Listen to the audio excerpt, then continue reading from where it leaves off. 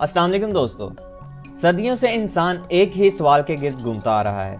کیا واقعی اس کائنات کا کوئی خالق ہے؟ یا پھر خدا ایک ایسا تصور ہے جو انسان نے اپنے خوف، تنہائی اور بے بسی سے خود تخلیق کیا؟ یہ سوال کبھی فلسفے کی کتابوں میں اٹھتا ہے، کبھی عبادت گاہوں میں اور کبھی جنگ زدہ علاقوں میں۔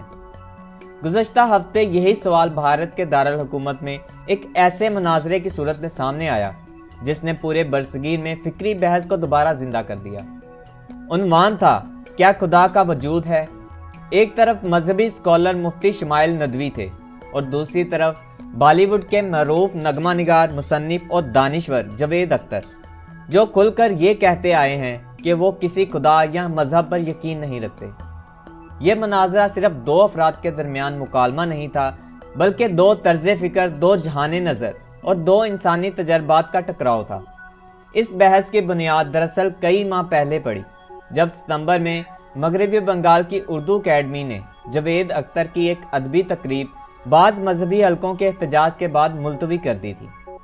ان حلقوں میں مفتی شمائل ندوی کی تنظیم بھی شامل تھی، جن کا موقف تھا کہ جاوید اختر کے بعض بیانات مسلمانوں کے مذہبی جذبات کو مجروح کرتے ہیں۔ بعد میں یہی اختلاف ایک کھلے مکالمے میں تبدیل ہوا، جہاں دونوں فریق اس بات پر متفق نظر آئے کہ نظریاتی جنگ سڑکوں پر نہیں، میز پر ہونی چاہیے۔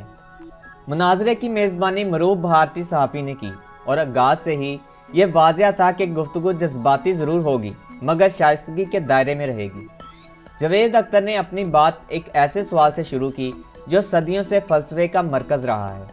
انہوں نے غزہ میں جاری جنگ اور بچوں کی ہلاکت کا حوالہ دیتے ہوئے کہا کہ اگر خدا ہر جگہ موجود اور قادر مطلق ہے تو وہ اس ظلم کو کیوں نہیں روکتا؟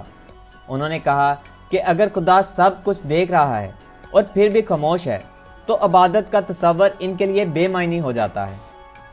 جاوید اختر کی دلیل دراصل وہی تھی جسے صدیوں سے فلسفی پوچھتے آئے ہیں، یعنی اگر دنیا میں اتنی برائی ہے تو خدا کیسے موجود ہو سکتا ہے؟ مفتی شمائل ندوی نے اس کے جواب میں مذہبی زاویہ پیش کیا۔ ان کا کہنا تھا کہ دنیا امتحان گاہ ہے، انسان کو اختیار دیا گیا ہے اور اچھائی برائی کے بغیر پہچانی نہیں جا سکتی۔ اسی دوران اکثریت اور حق کے تعلق پر بھی گفتگو ہوئی۔ مفتی شمائل ندوی نے کہا کہ دنیا کی اکثریت خدا پر یقین رکھتی ہے، تو یہ عقیدہ محض وہم کیسے ہو سکتا ہے؟ جاوید اختر نے اس کے جواب میں تاریخ کی مثالیں دے کر کہا کہ اکثریت ہمیشہ درست نہیں ہوتی۔ مفتی شمائل نے سوال کیا کہ کیا جرمنی میں اکثریت کی نسل کشی کے حق میں فیصلے کو صحیح مانیں گے؟ اس کے جواب میں جاوید اختر کا کہنا تھا کہ سوال یہ ہے کہ اس وقت دنیا میں موجود کتنے لوگ ہٹلر کو صحیح سمجھتے تھے؟ جواب میں مفتی کا کہنا تھا کہ اگر دنیا کی اکثریت فیصلہ کرے گی تو دنیا کی اکثریت خدا کے وجود پر یقین رکھتی ہے، تو پھر آپ کیوں نہیں؟ کئی سوالوں کے جواب میں جاوید اختر لاجواب دکھائی دیے۔ مباحثے کے دوران ڈائناسارز، سائنسی ارتقاء، مذہبی کتب اور انسانی علم کی حدود جیسے موضوعات بھی زیر بحث آئے۔ کبھی طنز تھا، کبھی مسکراہٹ اور کبھی سنجیدہ خاموشی۔ یہ مناظرہ صرف اس بات کا فیصلہ نہیں تھا کہ کون جیتا، بلکہ یہ دکھانے کے لیے تھا کہ اختلافات کے باوجود بات کی جا سکتی ہے۔ مناظرے کے بعد سوشل میڈیا پر شدید رد عمل دیکھنے میں آیا۔ پاکستان کے وزیر دفاع خواجہ آصف نے اپنے سوشل میڈیا اکاؤنٹ پر بھارتی مصنف اور شاعر جاوید اختر سے متعلق طنزیہ پوسٹ کی۔ انہوں نے کہا کہ سمجھوتہ کرنے والے لبرل ہندوتوا حکومت کے انڈیا میں اپنے وجود کا جواز پیش کرنے کی کوشش کر رہے ہیں، جہاں لوگ انہیں گھر کرائے پر دینے کے لیے تیار نہیں۔ کچھ لوگوں نے جاوید اختر کے سوالات کو انسانیت کی آواز کہا، جبکہ بعض نے انہیں غیر سنجیدہ دلائل قرار دیا۔